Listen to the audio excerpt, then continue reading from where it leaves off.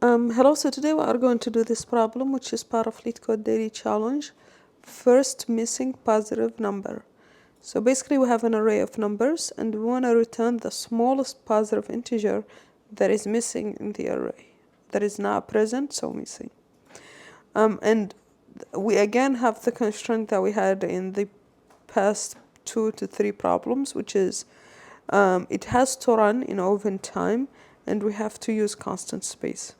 Okay, so let's take a look. For example, here, the first missing positive number is 3 because 0 doesn't count because it's not considered like bigger than 0, right? And so it's 3 after 1 and 2. For this one, again, we don't count -1, but 1, 3, 4, the first missing number is 2. And you get the idea.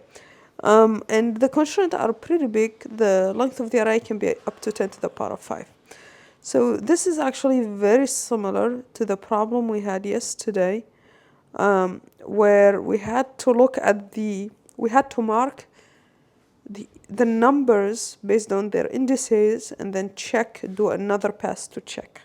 So that's sort of what we'll try to do here. And actually this is a concept or an algorithm that works for all the 3 problems that we saw, which is cycle sorting. I will probably try to make a video about this, but this is the concept is cycle sorting. And what we'll try to do here basically is that we will try to put the numbers in their position if they were sorted. And we'll try to do that with just swapping. So what do I mean by that? So for example, let's say this array here. Well, the length is 3, so we know that the positions need to be 0, 1, and 2. And we know that at 0, we need to have element 1. If there was no missing number, right? If there was no missing number, at position 0, we will need to have the value 1. At position 1, we need to have value 2. At position 2, we need to have value 3. If there was no missing positive number, sorry. So if there was no missing positive number, then this is where the numbers need to be. And so since we are looking for the first missing positive number, we'll just try to put the numbers in their supposed position. And then, so first pass 1, we will try to put numbers in their right position, let's call it. And then in a second pass, any number not in a right position, that's the missing number. That means basically, let's say maybe at position 1 we had 4. What does this tell you? This tells you that 2 is the missing number. So the number that should have been there is the missing number. Right? Because if it was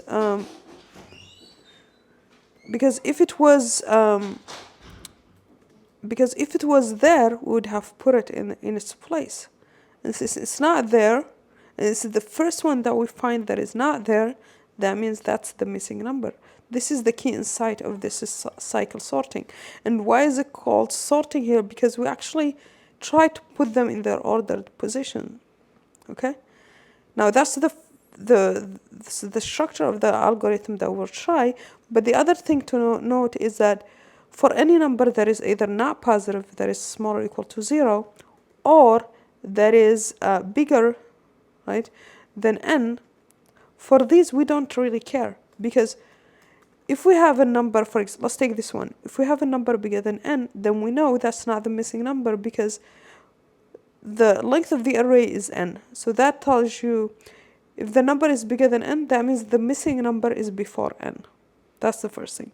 If the number is smaller or equal to 0, we don't even need to consider it because it's not positive. It's not considered positive. Okay? And so that's the idea. So in this case here, basically you could just ignore it, not arrange it, right? And so let's just do these passes. So the first pass is like that, and our second pass, we'll need to think about how to do each pass. Well, for the first pass, it's pretty easy. We just need to Okay, let me actually, before doing this, the implementation, let me show you some examples of what this will look like. We already saw this one here. Let's see for this one, what will it look like. So we have this, we have position 0, 1, 2, 3. So the position 1, position 2, position 3. Okay, so for these positions, what should happen? Well, we need to put them in their position. So we check here, is 3 in its position? So what's the position that should 3 be in? Well, 3 need to be in position 2. Why? Because that's 3 minus 1, right? Because positions start from 0. So 3 is to be in, but at 2 we have minus 1, so we need to swap. So let's swap them out. So now we have minus 1, 4, 3, 1, okay? And the positions here are 0, 1, 2, 3, so like that. Okay, and then the second step now is we go to the next one. Is 4 in, so actually let's see, is this minus 1 now at the right position? No. Okay, and so what should be here? It should be 1, but we'll exchange that later. But for now, let's worry about 4. So 4 should be at position 3, but we have something in 3 here, which is in 3, which is 1. So let's swap it out. So we have 4 and 1. Okay. Now, is 1 at the right position? No. 1 should be at position 0. And so let's swap. Okay. And now minus 1. Well, minus 1 is negative, so we said let's not arrange. And now we'll look at 3. So now we look at 3. 3 should be in position 2. It's already in position 2, so we should be good. 4 should be in position 3. It's already in position 3, so we are good.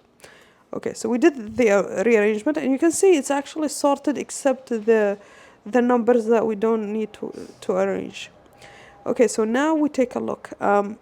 If any of them is different, so basically if any ai is different than I plus 1, well, what does this mean? This basically means that the value at position I, remember, because we start indexing from 0, the value at position I needs to be I plus 1. If it's not I plus 1, that means we don't have I plus 1 in the array. So, and since we go in the order for I from 0 to n, the first I plus 1 that we find not in the array, that's our answer. And so here, while a of 0 is a of 0, so this is a of 0, is actually equal to 1. So this is correct. And so we move on. Now a of 1 is actually equal to minus 1, so it's different than 2. And so our answer is 2. Right? That's pretty much it. That's the whole idea. And so let's do our first pass here. So our first pass, we will need to just put the number in their positions. So we need, before that, we just need to get the length of the array. Let me call this A. And then we can just go through the range of n. And we need to check. Now, if this is it, we don't need to rearrange it. So we just skip it. So we check, we make sure that the element is both bigger than A, bigger than 0, and it needs to be smaller or equal to n. Okay. Because if it's bigger, we don't need to worry about it. The other thing that means we need to arrange it is only if it's not in its position. If it's already in its position, let's say 1 is already at position 0, we don't need to arrange it. Now, what does it mean to not be in its position? It means basically the index, which is going to be ai minus 1. It means the array at this index, so that's this here, is different than what? Is different than the element itself, right? Because the index, the value index plus 1 needs to be at index. Index plus 1 for this is ai. And so the element at that position needs to be equal to ai. If it's different, that means we need to rearrange it. And so that's what we'll do here.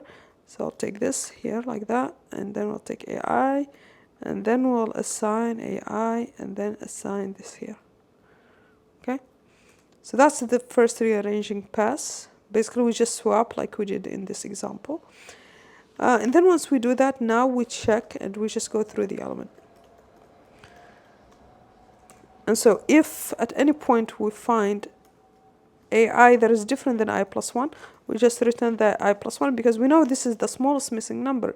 Because if AI is different than I plus 1 after this rearrangement that we did, that means I plus 1 is not in the array. Because if it were there, this here would have added it. And actually we'll keep doing this until we have it, the element in the right place. And so if it's different, that means this process here was not able to find an element that should be at this position. So it means it's missing. And since this is the first I will encounter in sorted order, that's the smallest number, okay? And that's pretty much the idea behind this. Now we can run it and submit.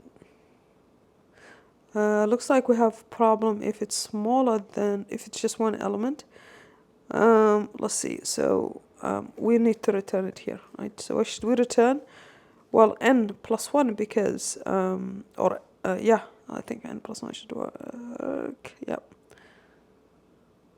Okay, so that passes, okay. Yeah, and in terms of time complexity, this is going to pass because it's going to be O(n). I know with this, this is not going to take, a couple of swaps max. So overall, this is going to be O(n), and this is O(n), and overall, no space, no extra space. Yeah, so that's pretty much it for this problem, I think. I hope this was useful. This is called cycle sorting, the algorithm used for this approach here. And I hope this was useful. Thanks for watching, and see you on the next